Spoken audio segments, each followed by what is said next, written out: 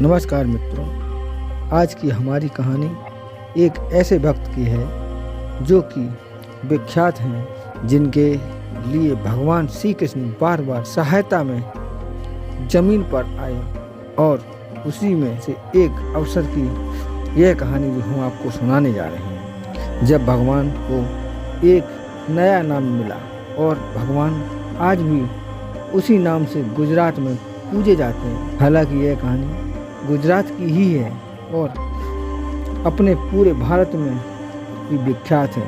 वह नाम वह कहानी की तरफ बढ़ने से पहले आप हमारे चैनल दिव्य भक्ति को सब्सक्राइब अवश्य कर लें और हाँ, लाइक और कमेंट करना ना भूलें। तो चलते हैं इस कहानी की ओर। हमारे भारत में गुजरात नाम का एक बहुत ही प्रसिद्ध राज्य है, जहाँ के एक बहुत ही प्रसिद्ध संत हुए जिनका नाम था नरसिंह। एक बार उनके गांव में कुछ व्यापारी आए और गांव के लोगों से बोले, हम द्वारका जा रहे हैं, यदि किसी का कोई भी द्वारका में हो तो हमें हुंडी लिख दे, मैं उसी कागज को लेकर के द्वारका चला जाऊंगा और नकद में पैसा यहाँ जमा कर जाऊंगा और वहाँ पर हुंडी ले लूँगा, क्योंकि रास्ते में लुटेरे मिल सकते हैं। हुंडी यहाँ ले जाना खतरे से खाली नहीं, पर किसी ने उनकी सहायता नहीं की। वहीं पर गांव के चौक पर बैठे हुए कुछ लोगों ने नरसिंह जी की मजाक उड़ाते हुए कहा कि भाई, आप सभी लोग बेकार परेशान हो रहे हैं। यहाँ पर आसपास कोई ऐसा व्यक्ति नहीं जो कि आपकी हुंडी लिख पाए,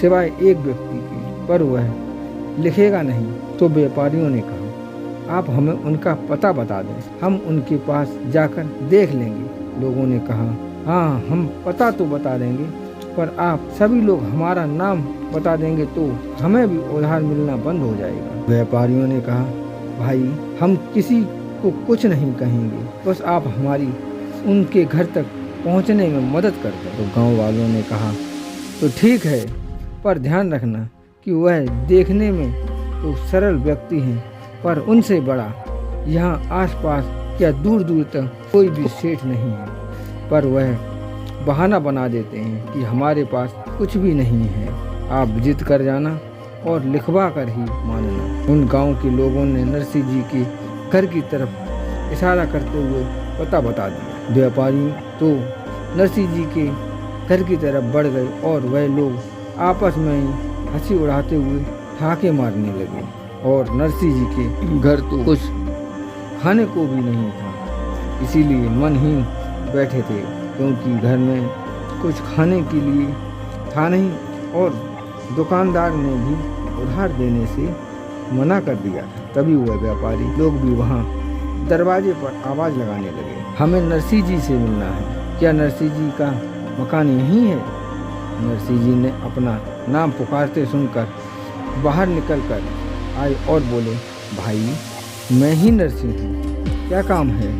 तो व्यापारी बोले, सेठ जी, हम द्वारका जा रहे हैं और यहाँ से नगद हुंडी ले जाना, रास्ते में लूट का खतरा है, इसलिए आप हमारा पैसा जमा करके हमें यहाँ से हुंडी लिख कर दे दें और हम यहाँ से पर्ची को ले जाकर दिखाकर वहाँ से हुंडी लेकर अपना व्यापार कर लेंगे। यह सुनकर नरसिंह जी बोले, भाई, हमारा कोई व्यापार नहीं है, ना ही कोई सेठ हूँ मैं खुद मांग कर खाता हूँ और किसी तरह अपनी व्यवस्था करता हूँ। पर उन व्यापारियों ने उनकी एक नहीं सुनी और बोले, कसम खाकर कहो कि तुम्हारा द्वारका में कोई भी नहीं। यह कसम कैसे खाते कि द्वारका में उनका कोई नहीं है, क्योंकि द्वारका में ही तो उनका कोई है जिन्हें वह अपना कह सकते थे। फिर उन मुसाफिरों के लिए उन्होंने लिखनी ही पड़ी और हुंडी का पर्चा लिखकर देते हुए कहा कि वहाँ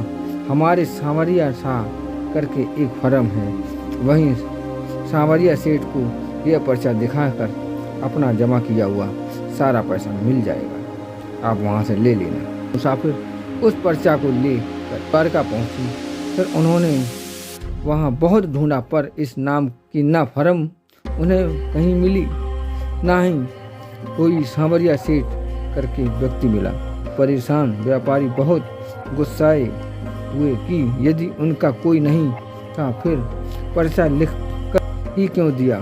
पूरा दिन हो गया भटकते भटकते। इस तरह नाराज मुसाफिरों ने नरसिंह जी की निंदा करनी शुरू कर दी। श्री द्वारकाधीश श्री कृष्ण जी से नरसिंह जी को इस तरीके से निंदा नहीं सुनी गई। उन्होंने मन में विचार किया कि मेरे भक्त ने मेरे भरोसे पर ही पर्चा लिखकर दिया, इसीलिए शाम को मुसाफिर पूरे दिन के घूम करके परेशान होकर के जिस जगह पर जाकर बैठे थे वहीं पर कृष्ण जी सामरिया सेठ बनकर आ गए और आवाज़ लगाने लगे, यहाँ नरसिंह जी की चिट्ठी लेकर सिरसागढ़ से कौन आया है। जब यह आवाज़ उन व्यापारियों के कानों में पड़ी तो वह खुशी होते हुए उनके पास जा पहुँचे और उनको पर्चा देकर कहा, भाई मैं ही नरसिंह जी का मुनीम हूँ, व्यापार की वजह से बाहर गया था, आपकी खबर मेरे पास आ चुकी थी, इसलिए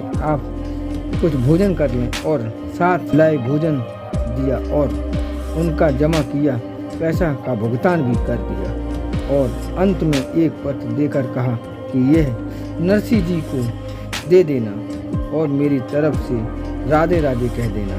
फिर कुछ दिन बीतने के बाद जब वह व्यापारी वापस आए तो नरसिंह जी ने उन्हें आते देख घर में छिप गए। फिर व्यापारियों ने दरवाजे पर पुकारा, तब नरसिंह जी सामने नहीं आ रहे थे कि वह लोग क्या कहेंगे, पर सामने आकर माफ़ी मांगी तो व्यापारियों ने धन्यवाद किया और कहा कि आप यहाँ मना कर रहे थे, वहाँ आपके मुनीम जी ने हमारी बहुत सेवा और सत्कार किया है और आपके लिए यह पत्र भेजा है। पत्र देते हुए कहा। फिर जब पत्र लेकर उन्होंने खोलकर पढ़ा तो नेत्र सजल हो गए। पत्र में लिखा था, श्रीमान नरसिंह जी, सेठ जी को बारंबार प्रणाम, आज हमारा इतना मान बढ़ाया, नहीं तो लोग तो हमें चोर ही कहते थे, माखन चोर, चित्त चोर, वस्त्र चोर, पर आपने हमें पहली बार चोर को साहूकार बनाया। आज पहली बार किसी ने हमें शाह बनाकर हमारा नया नाम जो दिया है वह स्वीकार करते हैं। आप हमारी प्रार्थना है कि आप हमें फिर से दोबारा सेवा का अवसर अवश्य प्रदान करें। यह कहानी आपको कैसी लगी कमेंट करके अवश्य बताएं और अगर कहानी अच्छी लगी हो तो लाइक और शेयर अवश्य करें और जुड़े रहें हमारे दिव्य भक्ति चैनल पर। अगली कहानी तक के लिए नमस्कार।